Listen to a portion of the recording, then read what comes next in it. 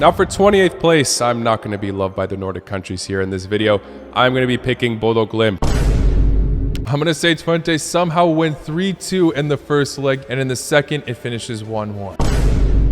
But yeah, I do have Olympiacos making it to the quarterfinals and pushing for another great European campaign. Lazio cannot afford to lose this, but I think they will. First leg finishing 3-1 for Bodø Glimt, and the second finishing 2-1 for Lazio. Not enough for the Italian club, Bodø Glimt advanced to the next round. Hello! Banking on Bodø Glimt has finally paid off. They defeated first place of the league phase Lazio to make it to the last four of the Europa League. And this is one hell of an achievement, as their advancement over Lazio confirms them to be the first ever Norwegian country to make it to a semi-final of a European competition. Keep in mind, this city has a population of about 40 to 50,000 people. To put into perspective how crazy that is, the other three teams still competing for the Europa League trophy have a higher stadium capacity than the city's population. This is by far one of the greatest football stories we have seen over the past decade, with this club facing so many tough opponents throughout the competition and them only continuing to prevail. A club that is located above the Arctic Circle has caused nightmares for so many already. But how did a club who nearly went bankrupt in the early 2000s while playing in Norway's second division back in 2017 pull this all off? Well, they've obviously had quite the rise, winning back-to-back Eliteserien titles in 2020 and 2021, and within that time made their presence known across the globe. Circling back to the first ever Conference League tournament, they destroyed Jose Mourinho's Roma 6-1, the first time they faced in the 2021-22 season. And they were undefeated in the entire competition until they had to face Roma again in the quarterfinals and lost 4-0 in the second leg. What a run for their first ever European tournament, but not many expected them to return to such heights after so many players were sold off. I mean, they had ballers like Boniface, Solbalken, Mo Banga, who really established themselves at the club. But even with all those dismissals, they kept their manager Krusten all this time since 2018, and he continued to write history. The next 2 years, European football did not treat Bodø so well. Despite admirable fights, they got grouped in the next Europa League and then got knocked out to Ajax in the Conference League playoffs the next season. This season, they failed to qualify for the Champions League after losing to Crvena Zvezda 3-2 on aggregate, but it was the biggest blessing in disguise. The Europa League schedule looked extremely tough, but things began to fly high with the 3-2 victory over Porto, pulling off the win while having a red card for nearly half the match. Many had the highest expectations for this side to finish in the top 8, by the way. After 2 matches against tough teams like Union St. Gilloise and Braga, they still remained undefeated,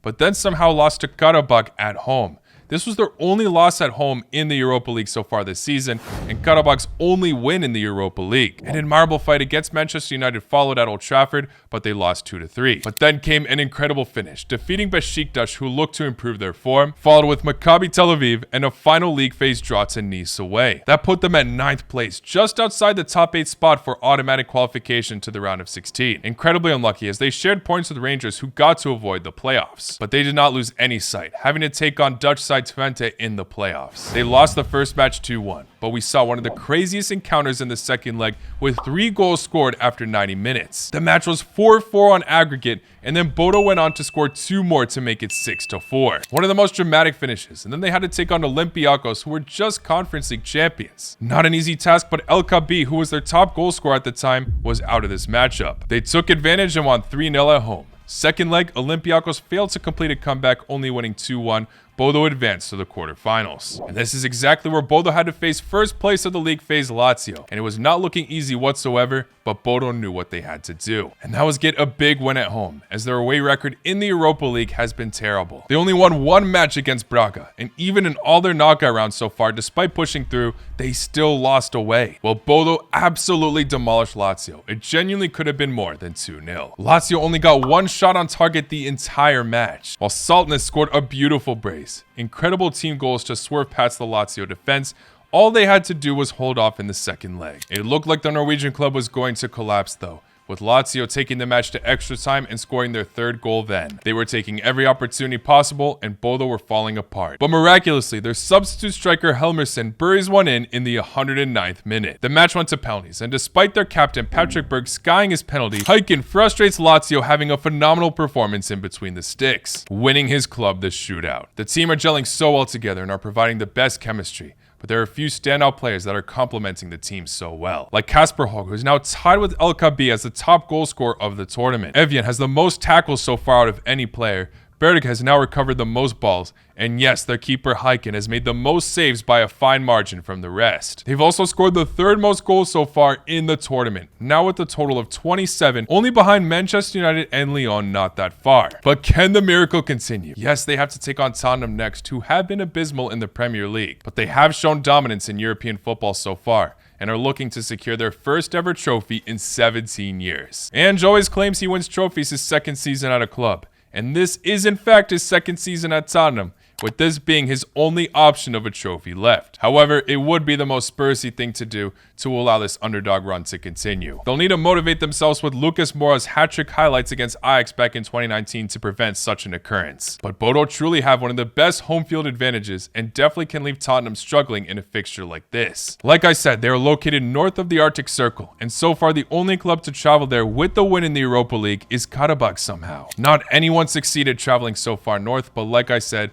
Bodø's away record has been really poor. So we'll see if Bodø can pull it off defensively in London, and they'll definitely go all out in their own home ground in the second leg. It is definitely possible for them to secure a final spot, as actually they did defeat Ange Postecoglou before, back when he was in charge of Celtic, just winning a double for the club. Bodø did defeat them over both legs in the Conference League back in 2022. I've been highlighting how incredible this side have been at home, but many consider their home field advantage to be unfair. I mean, these were the conditions 24 hours before kickoff against Lazio, quite a contrast to a spring day in Rome. Prior, Olympiakos' president even heavily criticized the pitch, as it is artificial and calling the match completely unfair, questioning how such a surface is allowed in elite UEFA competitions. Quoted by him himself, he stated, "This isn't football. It's not the same game when the ball bounces like that.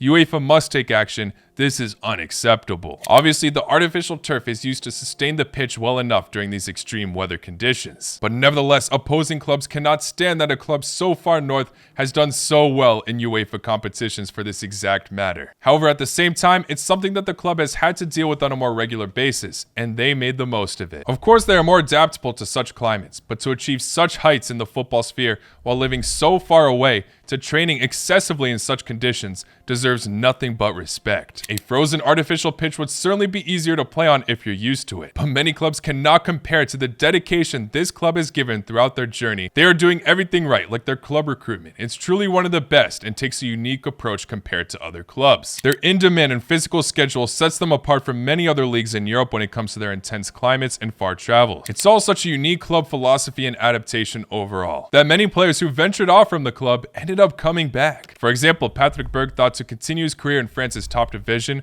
but after a 6-month spell at Lens, he immediately knew it was time to return home. But one of the best examples is Jens Petter Haug. After an electric season in 2020, getting 24 direct goal contributions in 18 matches, he made a move to AC Milan. Not as successful there, he ventured off to Frankfurt and Ghent as well. It prompted him a return in 2024 once he realized he needed the unique identity Bodø give to allow him to excel. Ever since Krustin really took charge, this club have become one of, if not the greatest club in Norwegian football, and are really going to give such a passionate showing to the final moments in European football this season. But let me know any extra info you have on this club's rise, along with your thoughts on their recent success. Is their home field advantage unfair like the Olympiakos president claims? Or are they just one of the best run clubs in the world of football? For me, I love what they're doing, and these are the type of stories that make you fall in love with the beautiful game in the first place. With many claiming football has died down in excitement these days, Bodø's Europa League run adds such an insane twist to the game, and I cannot wait to see what they continue to do. Remember, they could be 3 matches away from an automatic Champions League spot. Best of luck to you, Bodø Glimt, and thank you for giving us another reason to love football. Also, thank you to all of you for tuning into the entire video. Don't forget to like if you enjoyed and subscribe if you're new. I will see you all very soon. Take care. Boa noite.